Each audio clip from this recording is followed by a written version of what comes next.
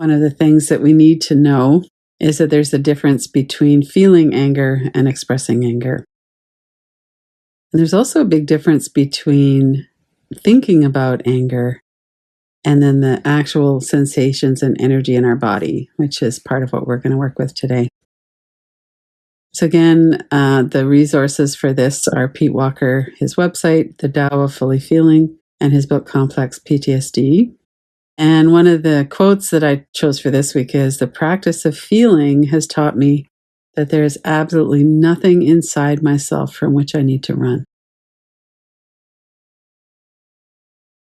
I really resonate with that. That's my experience too, is that we take so much energy into suppressing, which is a necessary thing that when it happens at the time, especially if it's a childhood pattern. But when we're overwhelmed, we just don't have the ability to stay present with it. We need a resilient nervous system. We need co-regulation. We need to understand our process. And that's not something we can do on our own. And then here we are. I don't know if everybody has seen this movie, Inside Out. It's a really good movie, actually, to talk about emotions. I think it's wonderful that this is available. It's animated, so you think maybe it's for children, but actually I think it's for all of us. And to acknowledge the range of emotions that we have as human beings. And also that when we can't really feel directly, they will find some way to come to the surface. And so the denial of our anger or jealousy or fear, let's just buckle down and get through this, all of the toughness that we have and the pressure that we have in our culture around emotions is actually quite harmful and leads a lot more into depression and feeling not very alive. Lots of people have been accused of being too sensitive. There's all kinds of damage that happens when we have those experiences, and then we turn on ourselves very often. So a lot of the practice that we do is to be present with what is here, to acknowledge that that's normal. It might not be optimal. And the underground expressions of anger are things that are really difficult for other people. Other people don't like to be around us when we're acting out. And it's something that we can work with. So a fight response and anger are related, clearly, but they're not the same. A fight response is this reactivity that we have. It's the primitive brain has detected a threat and it's pushing towards some kind of a resolution, some way to keep ourselves safe. Emotional flooding is hormones, cortisol and adrenaline, just kind of hit our brain and they flood us with whatever emotions here. And we're not really in our conscious brain, our conscious level mind when that's happening. We might lash out and say things that we don't mean. We can't really access the hurt that is often underneath anger. And not in any way to say that anger is not justified. Often it is. And we're going to work really directly with that next week when we're working with arrested self-protection. And we also know that we don't always express our anger in an ideal way and that we hurt people and that it's healthy to feel bad about that and healthy to want to do something about that. And one thing that I also wanted to really bring forward is that neuroception is unconscious. Our perception of threat is neuroception. That is an unconscious process. It's based on all of our life experience. And whether we go into a fight, flight, or freeze response is also unconscious. That's our primitive brain. Our nervous system is using all of the evidence it has on what's going to keep us safest, is directing that response. And when we express anger in ways that is hurtful to people, we're scornful or we're dangerous to them in some way, their nervous system will try to avoid us. So there's a lot of interplay between the nervous systems. And just as it is an unconscious response on their side and on our side, we need to recognize that we have two nervous systems interacting with each other. And both of those nervous systems are using neuroception, which is our unconscious perception of threat, and some kind of a strategy to help us feel better. So the remedy or the way to work with that in a healthier way then is to recognize what's happening, come back into regulation. And with emotional flooding, it takes about 20 minutes for the hormones, cortisol and adrenaline, to calm enough so that we can come back into our more conscious adult mind. So we need to know some of these things so that we can notice what's going on. And a fight response, people with a fight response often burn bridges in a way that's very painful. And to acknowledge that it's an unconscious process is helpful, and that we're not just at the mercy of our unconscious survival patterns, that we can intervene as well. So we get back to the ladder, Deb Dana's wonderful work, and Stephen Porges. So the dorsal vagal is when we're in freeze. And from there, we go up into sympathetic arousal, where we're needing to either fight back or to get out of there.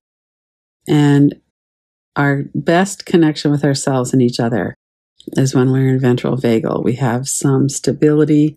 We're emotionally well regulated. In Pete Walker's book, he also talks about angering as a process, and that it's possible, very possible, to express our anger in safe and healthy ways.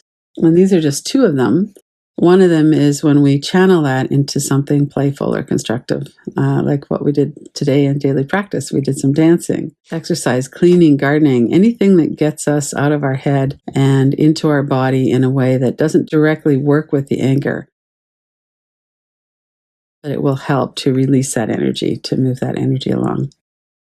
And then shadow boxing is something that he says he's done a lot of. He talks about this in the Tao of Fully Feeling, where he physically will move his body, also really reminding his inner child that no one will ever be allowed to hit me again without me physically resisting them. And he said, and if time travel ever becomes a reality, I will travel back in time and I will protect you. I will call out their behavior. I'll call 911. I will protect you. So if you have a history where you were hurt and not protected, you didn't have an adult who could call out the behavior and say, that's not okay, then sometimes we can go back and do that ourselves. And sometimes that's very necessary. So these are just two of the many ways that we can work with this. But the main part of the inquiry is to do an inquiry around what's going on in our body. So as we move into this, the most important thing about any of these inquiries is the present moment. We need to know that here in this moment, we're safe. Our body is safe. Nobody is going to hurt us. So there are lots of ways that we do that. One is that we look around the room and we check for cues of safety. We let our eyes take in, is it safe to be here right now? Another is we use our physical body. We hold our hand. We notice our feet on the floor. We stay grounded. As you're doing these inquiries, really notice that you're here in this moment. One of the ways that helps with that is that we keep our eyes open. So sometimes when we're recalling something, we'll close our eyes. But in these inquiries, it's important because they're so volatile and they can drag us into the past. We want to stay very present, and eyes open helps with that.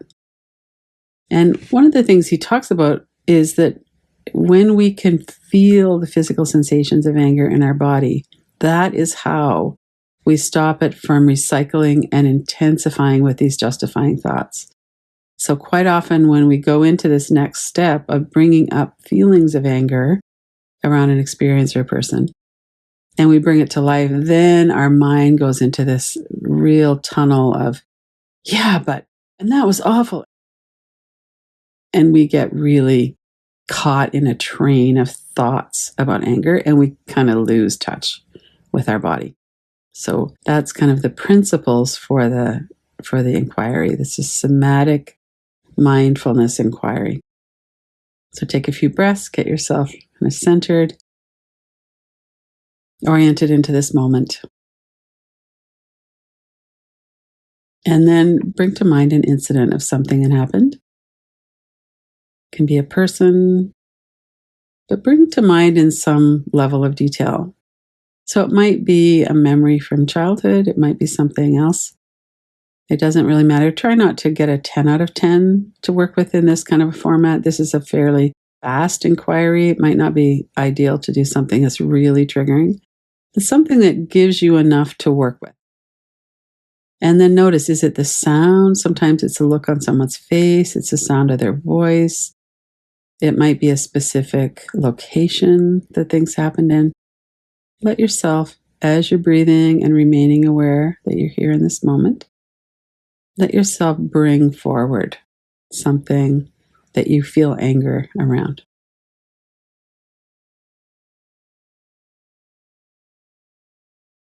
And notice what it feels like in your body. We'll take a minute to just bring it up. Notice the visuals, sounds, smells. If it's a person, but it's related to a bunch of different things that happen, it might be their face, not a specific incident. Or you might choose an incident that you could use to represent the other ones.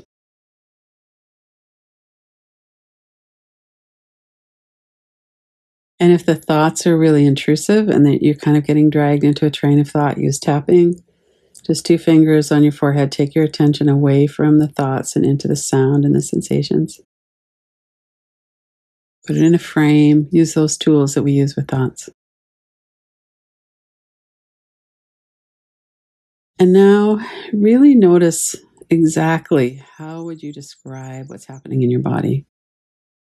Sometimes people get hot. You might have your face get hot. You might feel hot. Sometimes people feel cold. There's a hot anger and there's a cold anger. That cold, implacable, holding a grudge. And that might have been what was directed at you, or that might be how you're feeling. So just to notice, is the sensation in your body hot or cold? Does it have a temperature? And where is it? Where do you feel sensation in your body? This is kind of a dance between focusing on the person or the experience, the anger itself, and then the sensations in your body.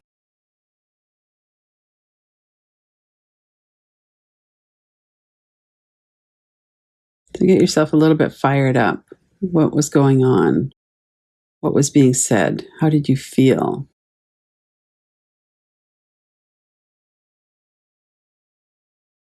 And what does it do in your body when you bring that up? So notice the location. Sometimes we feel a fire in our gut. You might feel a pounding in your head or pounding in your heart. Where is it in your body exactly? And how would you describe that? Like you're describing it to a scientist.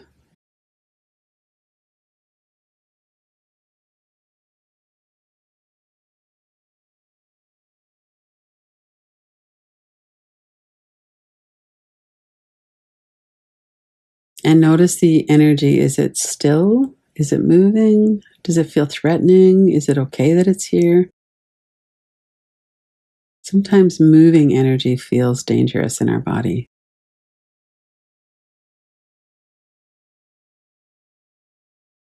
And stay connected with your breath, with this moment right now in the body. You're safe right now.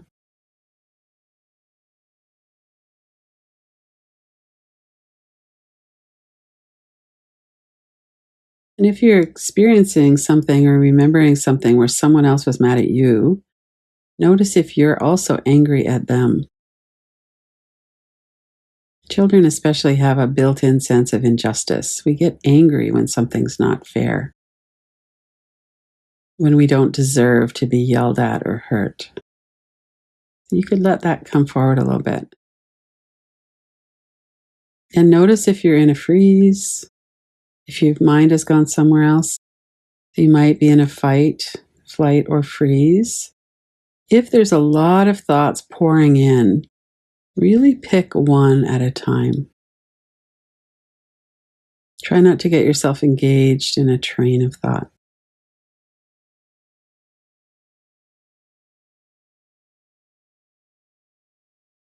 And notice if there's space around the sensation.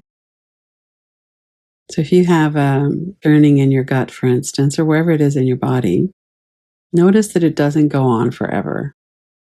So it might fill your whole body, or it might fill a little bit of the space around your body, or it might be like a tight fist in the center, but it doesn't come out to the edges of your body.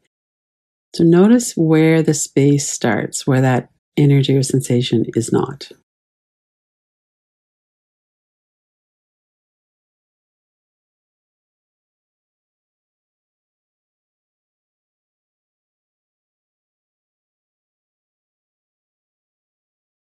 And then let's go into this energy and check out why it's here.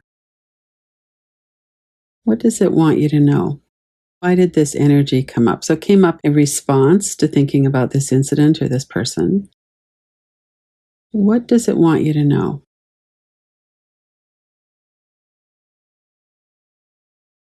And this is where it's really important to stay with each thought. So if justifying thoughts came up, well, everybody would be angry at that. That was awful what happened. That's outrageous. Just notice that that's coming in, but stay with your breath. If it feels like it's too intense and you can't kind of settle into one thought, spending, the time with one, don't let yourself spiral into that stream of angry thoughts. Keep it one at a time. So what are the words? What are the sounds? Breathe.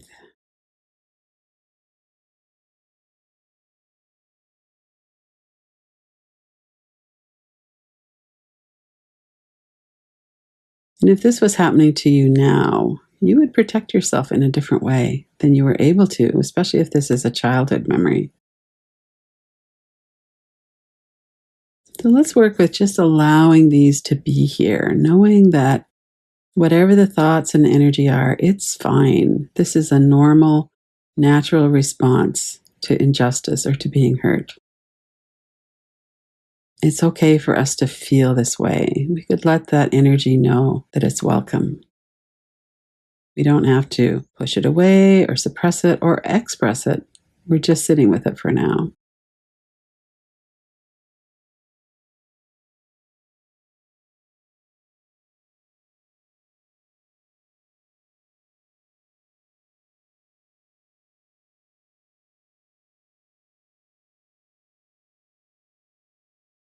Of course, you feel angry about this. It wasn't right.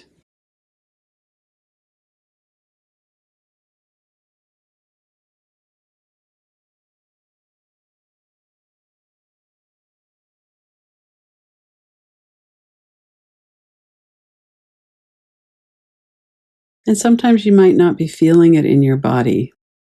And it might be that, you know, as a habit, we often think about anger or think about emotions, but we don't really feel the sensation of that in our body. So that can be a practice that we work with. You might notice right now I can't feel anything in my body. So I'm going to just kind of sit with that. It's okay that I can't feel anything. I don't have sensation in my body. So you might look at what are the thoughts instead.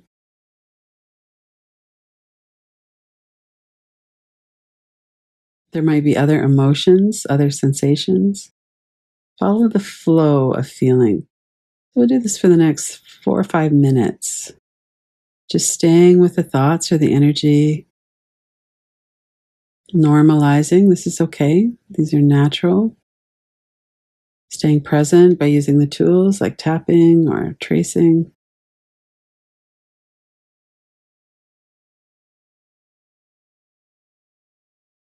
One thought at a time as much as you can.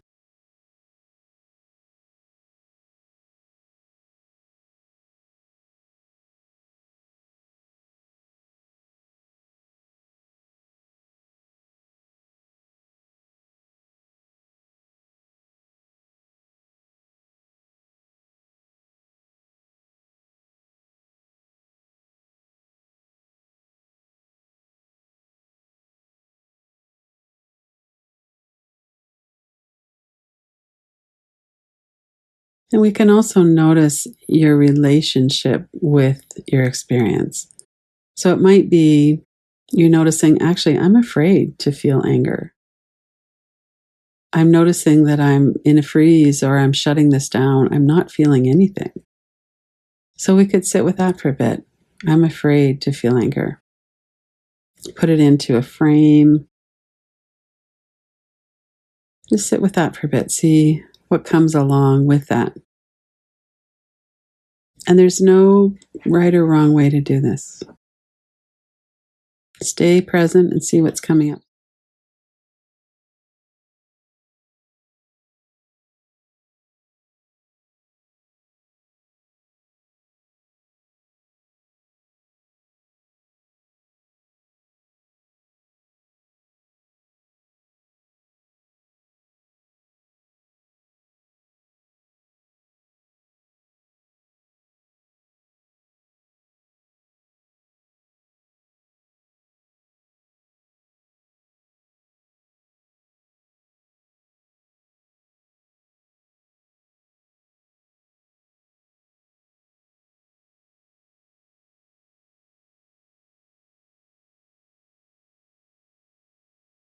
You can stay present with the energy in the body, sensations.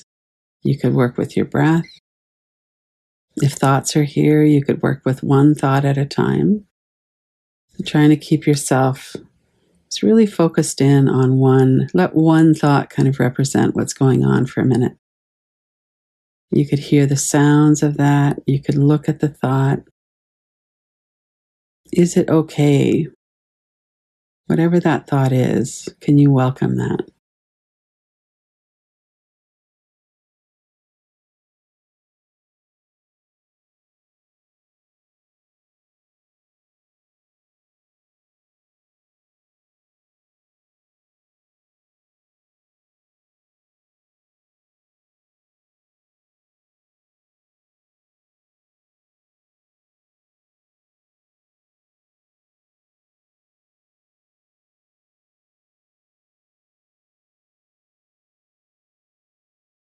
And sometimes the anger will kind of wear itself out as a very intense energy.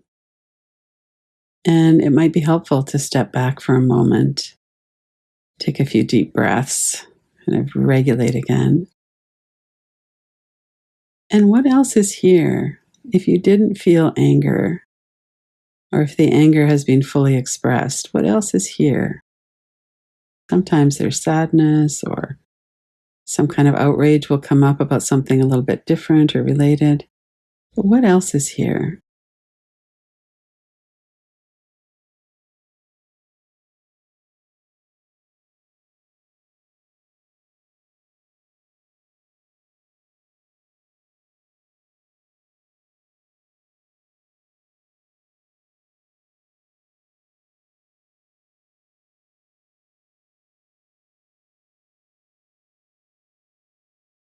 And different feelings often feel different in the body. They have different kinds of sensation.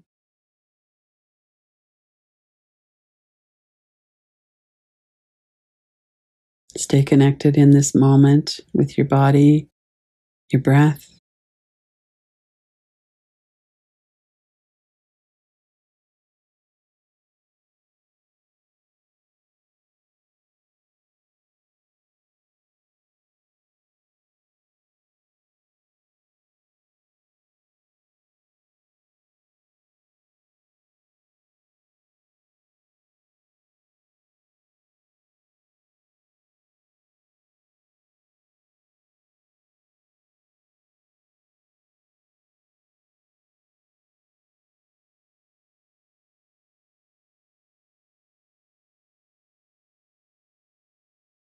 And notice if you're getting kind of caught up into thought or a train of thought, if you're thinking about feeling.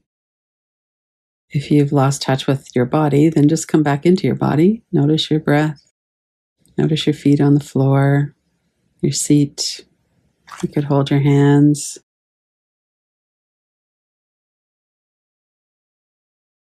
Come back to noticing the energy and defining it, describing it, and noticing the space around it.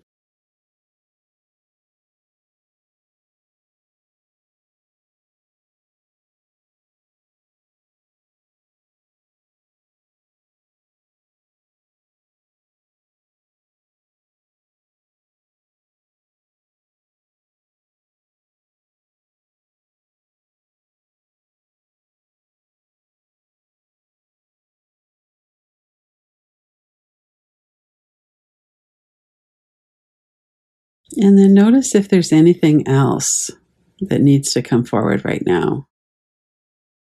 In the next minute or two, as we're coming to the end of the practice, what would you like to take forward? Maybe sit with a little bit longer, journal about, or reflect on.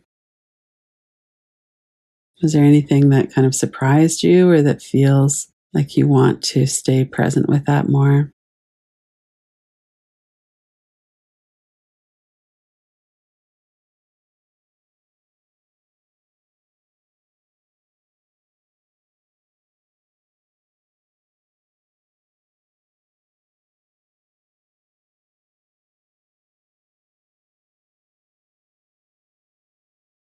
And sometimes when we're deep into being aware of this, there's something that our body wants to do, some motion. So if that's happening in your body, or later if you're working with this, with your eyes open, just really tuning in to what does your body want to do. There might be a movement to protect yourself. And if that's the case, let your body do the movement. Do it in slow motion with your eyes open. So slow motion really lets our nervous system know that we're having a response, we're doing something, we're moving, we're making an action. So if you wanted to, for instance, punch somebody, you might let your arm come up really slowly and really feel that and visualize that happening. Or you might want to run away. So you could visualize yourself running away or making that motion slowly. That's one of the ways that we move that energy through the body. So first, we're aware of the energy, and then we tune in right at the end. Is there an action, just instinctively, that your body wants to do? And then let yourself do that.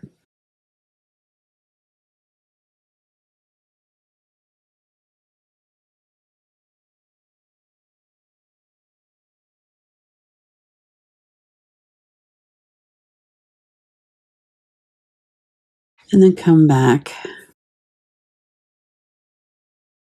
Notice again your body, your breath.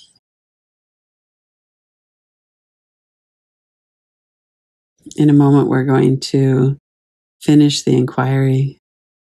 Just notice how you feel now. Let yourself breathe.